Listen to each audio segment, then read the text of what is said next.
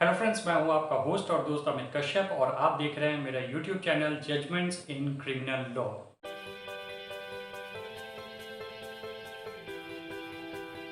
जो भी हमारे यंग व्यूअर्स ये वीडियो देख रहे हैं और नियर फ्यूचर में अगर वो शादी की प्लानिंग कर रहे हैं और वो भी किसी दूसरे धर्म के व्यक्ति के साथ, या बीइंग एज अ पेरेंट आपके बच्चे किसी दूसरे धर्म के व्यक्ति के साथ शादी करने की तैयारी कर रहे हैं, तो यकीन मानिए ये वीडियो बिल्कुल आपके लिए बनी है।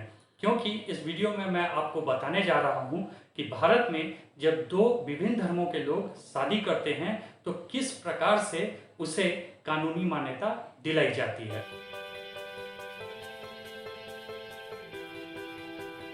फ्रेंड्स, सबसे पहले आपको यह जानना जरूरी है कि हमारे देश में शादियां दो तरह से गाइड होती हैं, एक पर्सनल लॉ के द्वारा और दूसरा स्पेशल मैरिज एक्ट के द्वारा।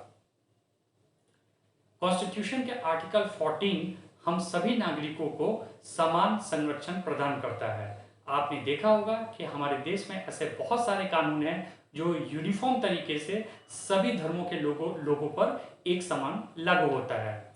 लेकिन जब बात आती है शादी की, तलाक की और सक्सेशन की, तो ये सारे कानून जो हैं वो हमारे पर्सनल लॉ से गाइड होते हैं।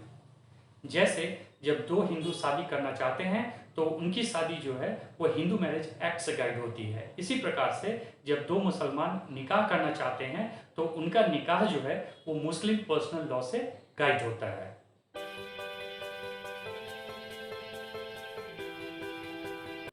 फ्रेंड्स, अब आपके लिए जानने वाली बात यह है कि according to Hindu marriage act एक हिंदू ही दूसरे हिंदू से शादी कर सकता है। अगर किसी दूसरे धर्म के व्यक्ति के साथ हिंदू मैरिज एक्ट के तहत हिंदू रीति रिवाज के साथ एक हिंदू शादी करता है तो वह शादी अमान्य करार दी जाएगी। इसी प्रकार से मुस्लिम पर्सनल लॉ के अंतर्गत एक मुसलमान किसी दूसरे मुसलमान से ही निकाह कर सकता है।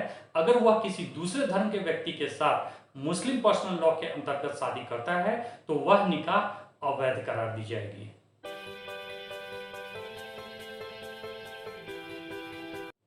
तो अब सवाल उठता है कि अगर एक धर्म का व्यक्ति किसी दूसरे धर्म के व्यक्ति के साथ शादी करना चाहता है तो उस शादी को कानूनी मान्यता कैसे प्राप्त होगी।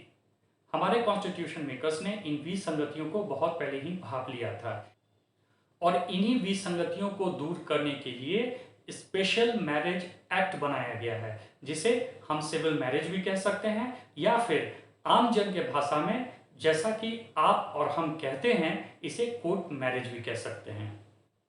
स्पेशल मैरिज एक्ट या कोर्ट मैरिज के तहत की गई शादियां सिविल मैरिजेस कहलाती हैं और इन शादियों में किसी भी धार्मिक रीति रिवाज की आवश्यकता नहीं है।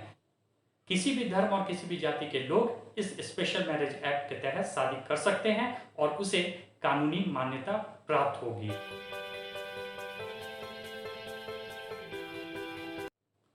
फ्रेंड्स, आपको यह भी जानना बहुत जरूरी है कि जब दो हिंदू आपस में हिंदू मैरिज एक्ट के तहत शादी करते हैं तो शादी, डाइवोर्स या कोई भी मैट्रिमोनियल इश्यूज जो होते हैं वो हिंदू मैरिज एक्ट से गाइड होते हैं और उनके सक्सेशन जो हैं वो हिंदू सक्सेशन एक्ट से गाइड होते हैं। इसी प्रकार से जब दो मुस्लिम आपस में शादी करते हैं तो उनके जो भी मैरिज, तलाक से संबंधित मामले हैं या फिर सक्सेशन से संबंधित मामला है वो मुस्लिम पर्सनल लॉ से गाइड होता है।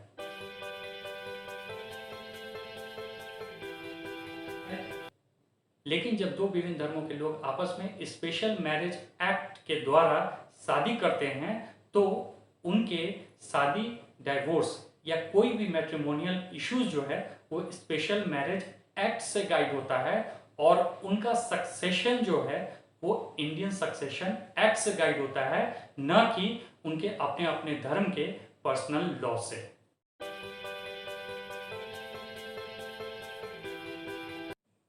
सो फ्रेंड्स, इन अ नटसेल, भविष्य में अगर आप किसी दूसरे धर्म के व्यक्ति के साथ शादी करने की योजना बना रहे हैं तो प्लीज मेक इट श्योर कि आपका शादी जो है वह स्पेशल मैरिज एक्ट के तहत जरूर रजिस्टर्ड हो, तभी जाकर आपके इस शादी को कानूनी मान्यता मिल पाएगी। आई होप आपको मेरा यह वीडियो इंफॉर्मेटिव लगा होगा और इस संदर्भ में अगर आपके पास कोई प्रश्न है तो आप कमेंट बॉक्स में लिखकर मुझसे पूछ सकते हैं। And if you like my video, please don't forget to like it and subscribe my channel. And after subscription, don't forget to press the bell icon to get notification of all my latest videos.